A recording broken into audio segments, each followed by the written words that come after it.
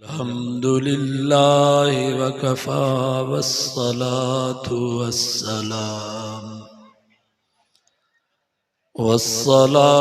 वस्सलामु अला सय्यिदिर रुसुल व खातमिल अंबिया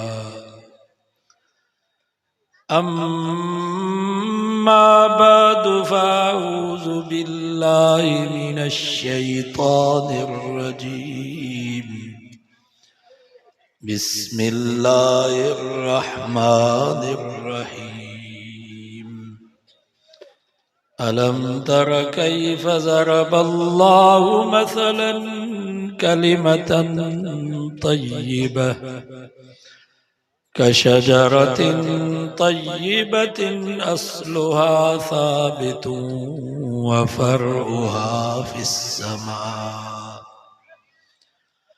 तुअती उकुलहा कुल्ल हीनिन बिइज़्नि रब्बिहा व यज़रिबुल्लाहुल अम्साल लिन्नासि लअल्लहुम यतज़क्करून सदक़ल्लाहु व सदक़ रसूलुहुन नबियुस सादिकुल अमीन व नहनु अला ज़ालिका लमिनश शाहिदीन वश्शाकिरीन वल्हम्दुलिल्लाहि रब्बिल आलमीन। दुरूद शरीफ बुलंद आवाज़। अल्लाहुम्मा सल्लि अला मुहम्मदिन व अला आलि मुहम्मद कमा सल्लैता अला इब्राहीम व अला आलि इब्राहीम इन्नका हमीदुम मजीद। 13 सिपारे सूरत इब्राहिम जो आयत हमारे सामने तिलावत कई हुई।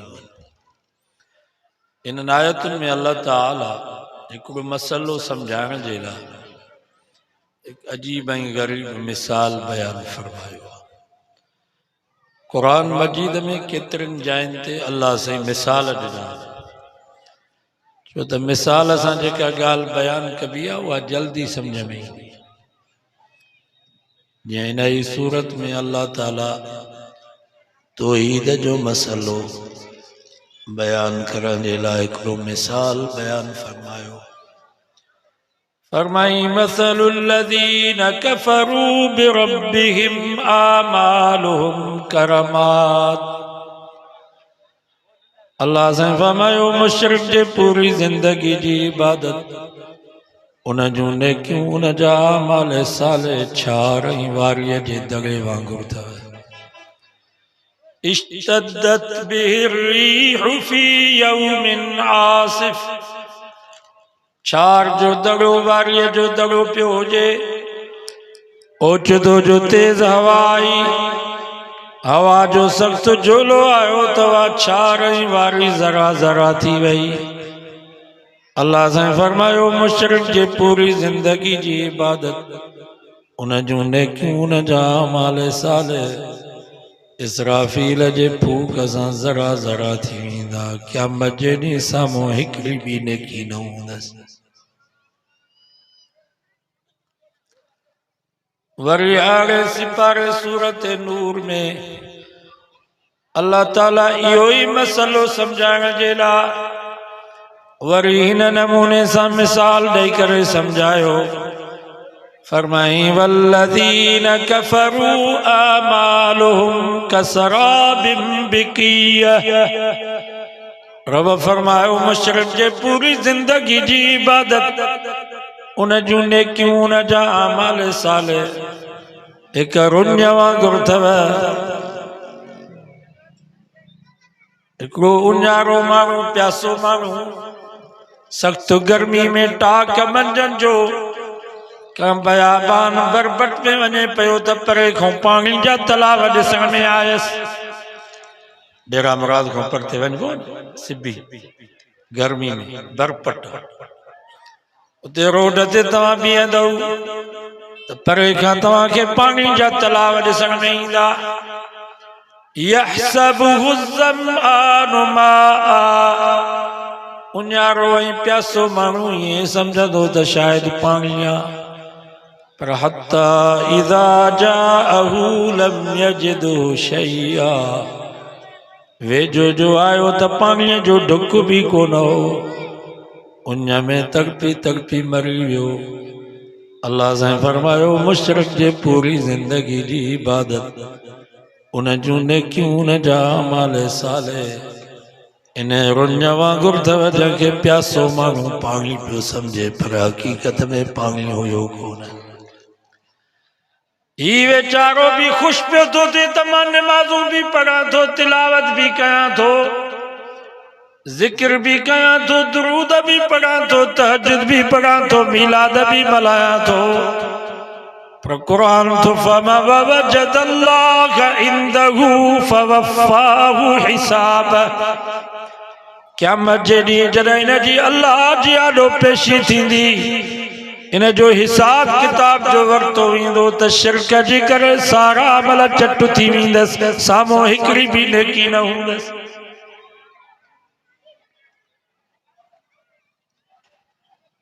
अञा न सम्झे। वरी 17 सिपारे सूरत हज में अल्लाह ताला इहो ई मसलो सम्झाइण जे लाइ वरी हिन नमूने सां मिसाल ॾेई करे सम्झायो। फरमाई वमन युश्रिक बिल्लाहि फकअन्नमा खर्र मिनस समा। रब फरमायो जमा रब जी ज़ात सां ॿिए खे भाईवार बनायो, सिर्फ ज़ुबान सां ईअं चई त रब भी रब आ, पर ही पीर फ़कीर भी घटि कोन्हनि, ही भी कमाए सुता। अल्लाह हिननि खे भी पंहिंजो कुझु वंड ॾिनो आ, असांजी ॿुधे कोन थो, पीरनि फ़कीरनि जी मोटाए कोन थो। कुरान तो फमझ ईअं चयो फकअन्नमा खर्र मिनस समा, ॼण त आसमान खां हेठि किरी पियो। हेठि जो किरियो त ॿूटियूं ॿूटियूं थी वियो, ज़रा ज़रा थी वियो। फतख्तफुहु तैर, पोइ काम बाज़ गिजूं कुता ॿिला हुन जे ॿूटियुनि ऐं हॾनि खे चूसे खाई विया। बाक़ी जेके ज़रा बचसि औ तवी बिहरी, बाक़ी जेके ज़रा बचसि हवा जो आई त बाक़ी ज़रा भी उॾामी विया। रब फरमायो जमा रब जी ज़ात सां ॿिए खे भाईवार बनायो, ॼण आसमान खां हेठि किरी ईअं तबाही बर्बाद थी वियो, का शइ बेईमान जी न बचसि। अञा न सम्झाई। असांजा हज़रत साईं बेर वारा रहमतुल्लाह अलैहि, अल्लाह उन्हनि जी क़बर ते किरोड़ा रहमत नाज़िल फरमाए। साईं जन वरी हिन नमूने सां मिसाल ॾेई करे सम्झाईंदा हा। फरमाईंदा काफ़िर जो मिसाल अथव रंधड़ माई वांगुरु, जंहिंजो मुड़ुसु मरी वियो, 4 महीना 10 ॾींहं इद्दत पूरी कयईं, पोइ भाइरनि चाचनि मामनि मिंथूं करे निकाह करायसि, ॿियो मुड़ुसु करे न पई, पर भाइरनि ज़ोर भरियसि त अॻो पोइ मुड़ुसु कमी ईंदी। पोइ भाइरनि जे चवण ते ॿियो मुड़ुसु कयईं, पोइ हुन सां सेठ भी थी वई, उनखे भी पंहिंजो घर कयईं। साईं जन फरमाईंदा इहो काफ़िर जो मिसाल अथव। मुशरिक जो मिसाल उन किनी औरत वांगुरु अथव, जंहिं रज़ा ख़ुशी सां मुड़ुसु त कयो, पर हिकिड़ी राति मुड़ुसु वटि वरी ॿी राति ॿियो यार मिलियुसि त उन सां हली वई, वरी 3 राति टियों दोस्त मिलियुसि त वरी ओॾाहीं हली वई, वरी 4थी राति 4थों दोस्त मिलियुसि त वरी ओॾाहीं हली वई। साईं जन फरमाईंदा अञा किनी औरत चङी चइबी, छो त या मुड़ुस जे हक़ में मर्दनि खे शरीक थी करे मुशरिक ने किनी औरत को 1000 दफ़ा वधीक पुछड़ो आ, जेको रब जे हक़ में बाननि खे शरीक थो करे। ही भी मस्जिद में ईंदो चवंदो इय्याक नअबुदु व इय्याक नस्तईन, या अल्लाह मां तुझी इबादत तो क्या तो खाई मदद घुरंदस वरी उते मज़ो न आयसि वरी ॿाहिरि निकितो चई या रसूल अल्लाह तू मुंहिंजी मदद कर उते भी मज़ो न आयसि वरी चई या अली मदद तोखे मुंहिंजी पार ते तू मुश्किल कुशा आहीं उते भी मज़ो न आयसि वरी चई भिट जा भिटाई तू सगाई कजां उते भी मज़ो न आयसि वरी चई सेवण वारा साईं मां तुंहिंजो सवाली तू अल्लाह जो सवाली जीअं किनी औरत खे हिकिड़े मुड़ुस वटि मज़ो न ईंदो आहे मुशरिक खे बि रब जे दर ते मज़ो न ईंदो आहे पोइ हिन किनी औरत वांगुरु दर दर जा पियो धिका खाईंदो आहे नारे तकबीर शाने उलमाए हक उलमाए देवबंद जमीयत उलमाए इस्लाम कायदे जमीयत हजरत मौलाना फजल रहमान नारे तकबीर।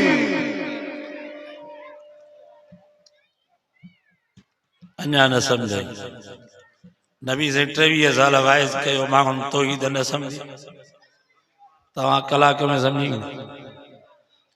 समझंदा त ही पाड़े वारा असांजा यार कोन समझंदा 40 साल थिया आहिनि हिते वाइस कंदे रब जंहिंखे हिदायत कजे रब जंहिंखे समझे दुआ कयो अल्लाह ताला हिननि खे हिदायत कजे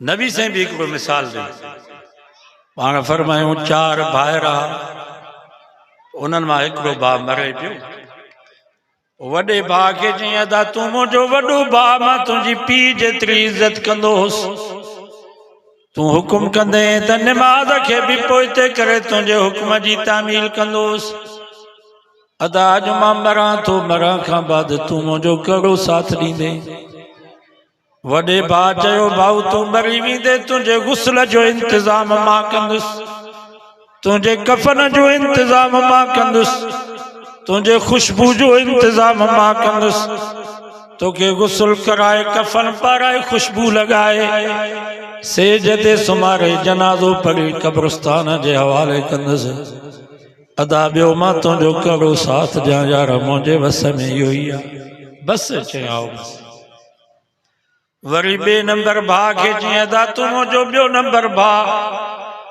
अॼु मां मरां थो मरण खां बाद तूं मुंहिंजो कहिड़ो साथ ॾींदे ॿिए नंबर भाउ चयो अदा तूं मरी वेंदे मरण खां बाद तुंहिंजो जनाज़ो खणी कब्रिस्तान ताईं मां पहुचाईंदुसि तुंहिंजी क़दर बि मां खोटींदुसि तुंहिंजी सामी बि मां ठाहींदुसि तोखे क़बर में लाहींदुसि बि मां सामीअ में सुम्हारींदुसि बि मां पछाड़ी में मिट्टी जा बुक भरे कोडर जा लपा भरे लतुनि सां लटे क़बर जो निशान ठाहे करे मोटी ईंदुसि अदा ॿियो मां तुंहिंजो कहिड़ो साथ ॾियां यार मुंहिंजे वस में इहो ई आहे बसि चई आओ बसि वरी 3 नंबर भाउ खे चई अदा तूं मुंहिंजो नंढड़ो भाऊ मां तुंहिंजो एतिरो ख़्यालु कोन कयो छो त नंढे भाउ जो माण्हू एतिरो ख़्यालु न कंदो पर भाऊ अॼु मां मरां तूं मरण खां बाद तूं मुंहिंजो कहिड़ो साथ ॾींदे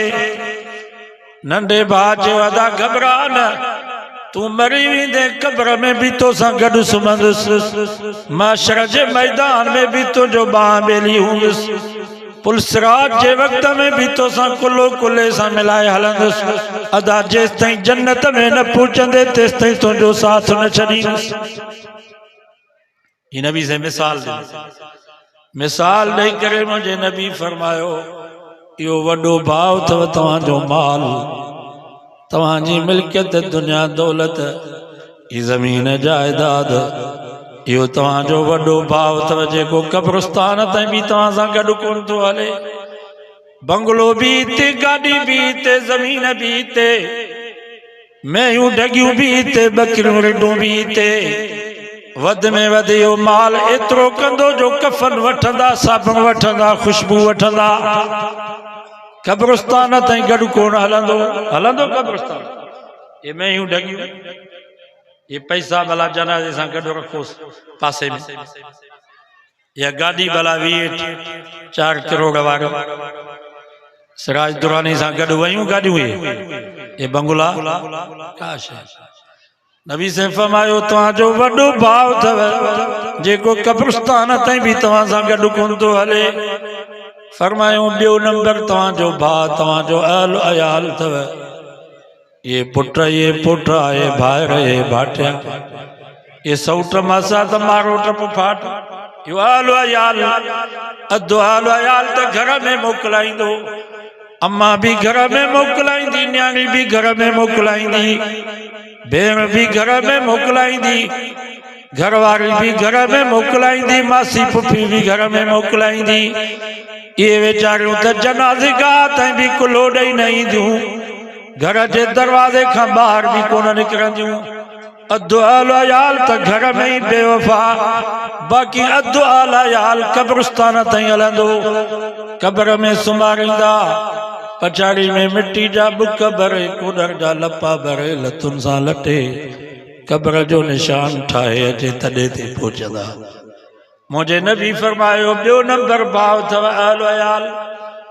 फरमायो टियों नंबर भाउ तव्हांजो नेक अमल अथव, जैसा तव्हां ईअं असां ताती एॾी था कयूं जो निमाज़ जो टाइम थो थिए त होटल ते वेठा आहियूं, निमाज़ जो टाइम थो थिए त मोबाइल पिया था ॾिसूं, मोबाइल जो निमाज़ जो टाइम थो थिए त क्रिकेट जे मैदान में बीठा आहियूं, निमाज़ जो टाइम थो थिए त कचहरी नथा छॾियूं, तादी असां पंहिंजे नंढड़े भाउ सां एॾी था कयूं। पर मुंहिंजे नबी फरमायो नेक अमल कब्र में भी तव्हां सां गॾु हूंदो, माशर जे मैदान में भी तव्हांजो बाह बेली हूंदो, पुलसरात जे वक़्त में भी तव्हां सां कुल्हो कुल्हे सां मिलाए हलंदो। फरमायो जेसि ताईं जन्नत में न पहुचंदो तेसि ताईं हो नेक भाउ नंढड़ो भाउ तव्हांजो साथ न छॾींदो। कीअं नबी से मिसाल ॾेखारे सम्झाए। सो बाबा ये नेक अमल कब्र में कमी ईंदी। ये जेको अॼु सॼो ॾींहुं क़ुर मजीद ॿुधो आहे इन जो फ़ाइदो थींदो कब्र में, सम्झा। मथां सम्झो तव्हांखे वापसि मोटंदासीं त विहाणे जे हेठों पैसा पिया हूंदा। इन जो फ़ाइदो अॻिते आहे। जीअं तव्हां फसल पोखींदा हो, हाली त हर कीअं लेवल वरी ॿिज भाण दवाऊं हाली त पिया था ज़मीन में पैसा उछलायो, नतीजे जी ख़बर तॾहिं पवंदी जॾहिं फसल तैयार थी अचे घर पहुचंदो, पोइ ख़बर पवंदी त फ़ाइदो या नुक़सान। ही जेके तव्हां ईअं असां नेकियूं कयूं था, इहा टूटी फूटी निमाज़, ही क़ुर मजीद जो दौर, ही मदरसनि जी तालिबनि जी ख़िदमत, इन जे नतीजे जी ख़बर उन वक़्त में पवंदी जॾहिं अखियूं बंदि थींदियूं, अकेलो असांखे क़ब्र में सुम्हारे ईंदा, उन वक़्त में इंशाअल्लाह इन नेकियुनि जे नतीजे जी ख़बर पवंदी। कुरान पढ़ो। हदीस में अचे तो मुझे नबी फरमायो जेको रोज़ानो सूरत यासीन जी तिलावत कंदो सुबुह जो सॼे ॾींहं जे मुसीबतूं खां रब बचाईंदुसि, सॼे ॾींहं जूं जेके ज़रूरतूं अथसि बिना चवण जे रब पूरियूं कंदुसि। रोज़ानो सुबुह जो सूरत यासीन पढ़े।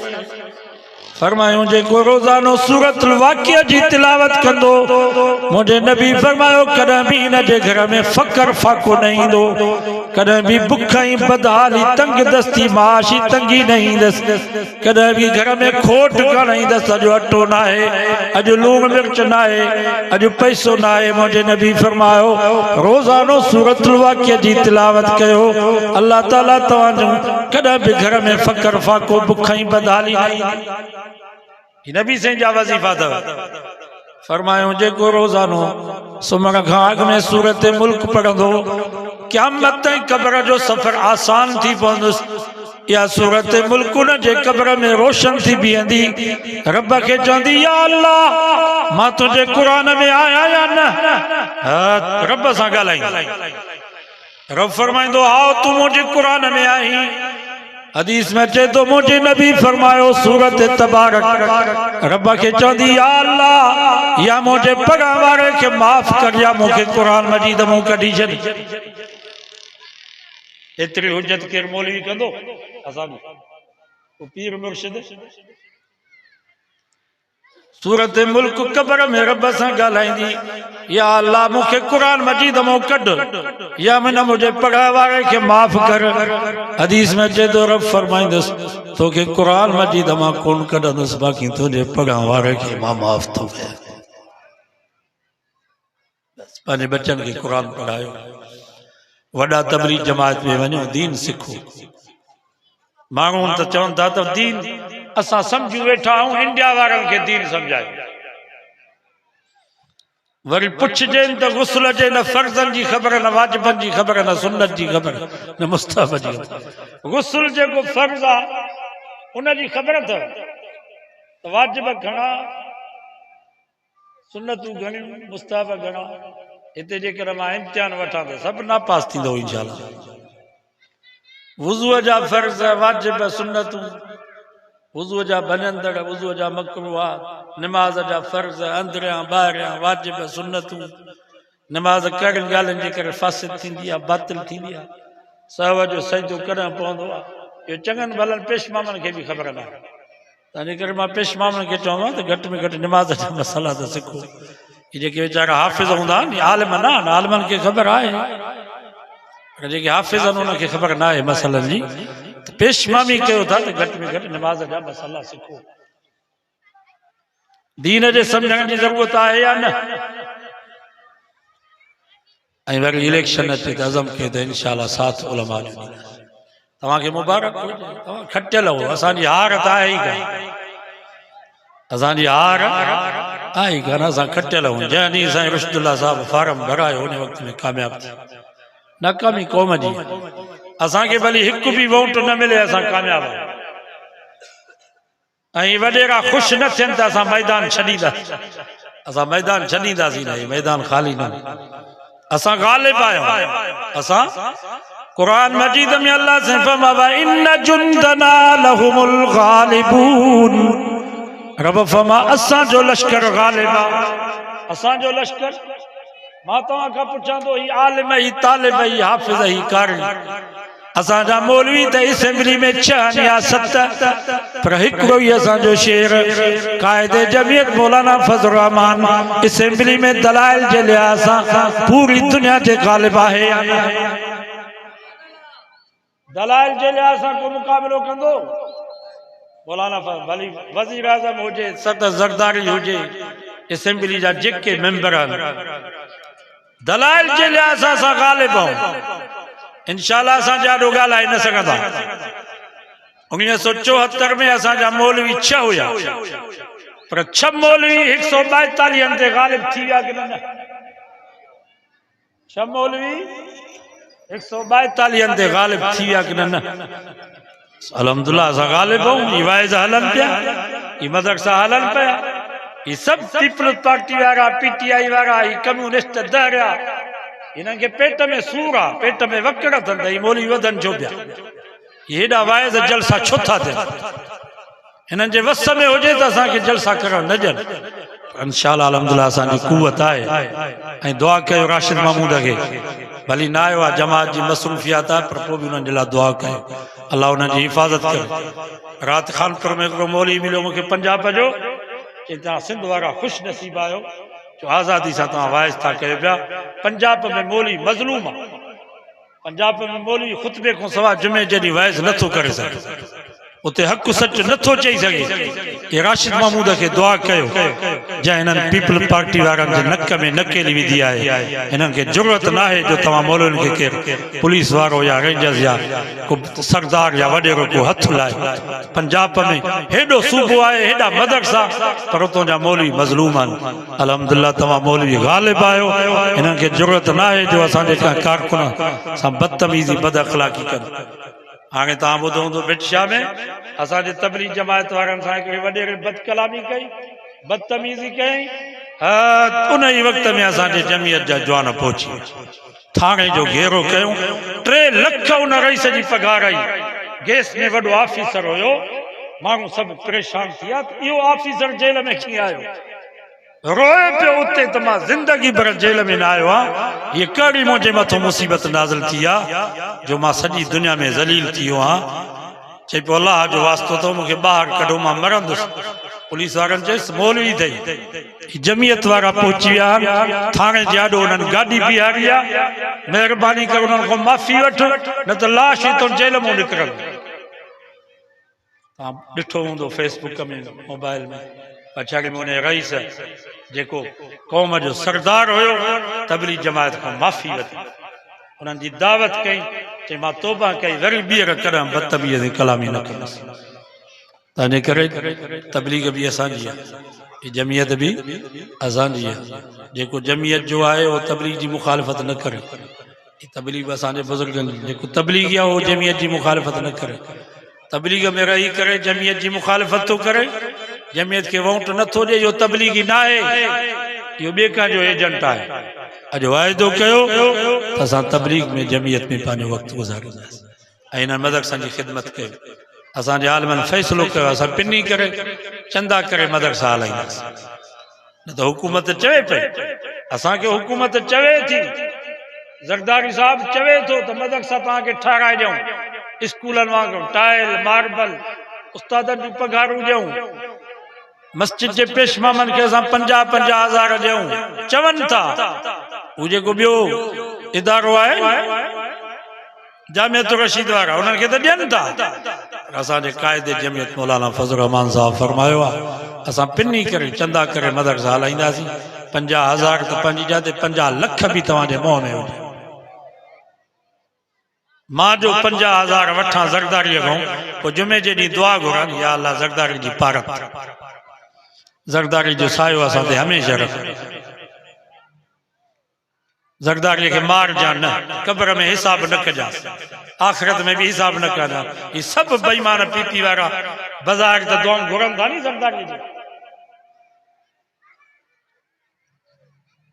इंशाअल्लाह असां हक़ ऐं सच जो कलमो चवंदासीं भली बुख भरम जी छल न वञे शाम पिनी करे मदरसा हलाईंदासीं पर हक़ ऐं सच जो कलमो चवंदासीं ऐं तव्हांखे बि घुरिजे त उलमा जेको हक़ ऐं सच चवनि तो बर्दाश्त कयो अमल करण जी तौफ़ीक़ कयो अमल जी कोशिश कयो इन जे जुमे जे ॾींहुं को मौली साहब वाइज़ करे त तारा फोटारे करे निहारोसि त मानी बि तोखे असीं खारायूं लटा बि तोखे असीं वठी ॾियूं 500,000 रुपया महीने में तोखे मां ॾियां वरी जुमे जे ॾींहुं नक बि मुंहिंजो तूं थो वठी माना पोइ तव्हांखे हक़ सच न चऊं बसि तव्हांखे चऊं त हर शइ जाइज़ लाॾा बि जाइज़ सेहरा बि जाइज़ रस्मूं भी जायज़ रवाज भी जायज़ भली न्याणियुनि जो मथो उघाड़ो करे घुमाईंदा वतो डुकाईंदा वतो सब कुछ जायज़ अथव शादी में दोल दम चढ़ंदा चगाना सब कुछ जायज़ अथव ॾाढ़ी कूड़ायो तरह भी जायज़ व्याज खाओ तरह भी जायज़ रुश्वत खाओ तरह भी जायज़ आलमनि खे वोट न ॾियो तरह भी जायज़ माना पोइ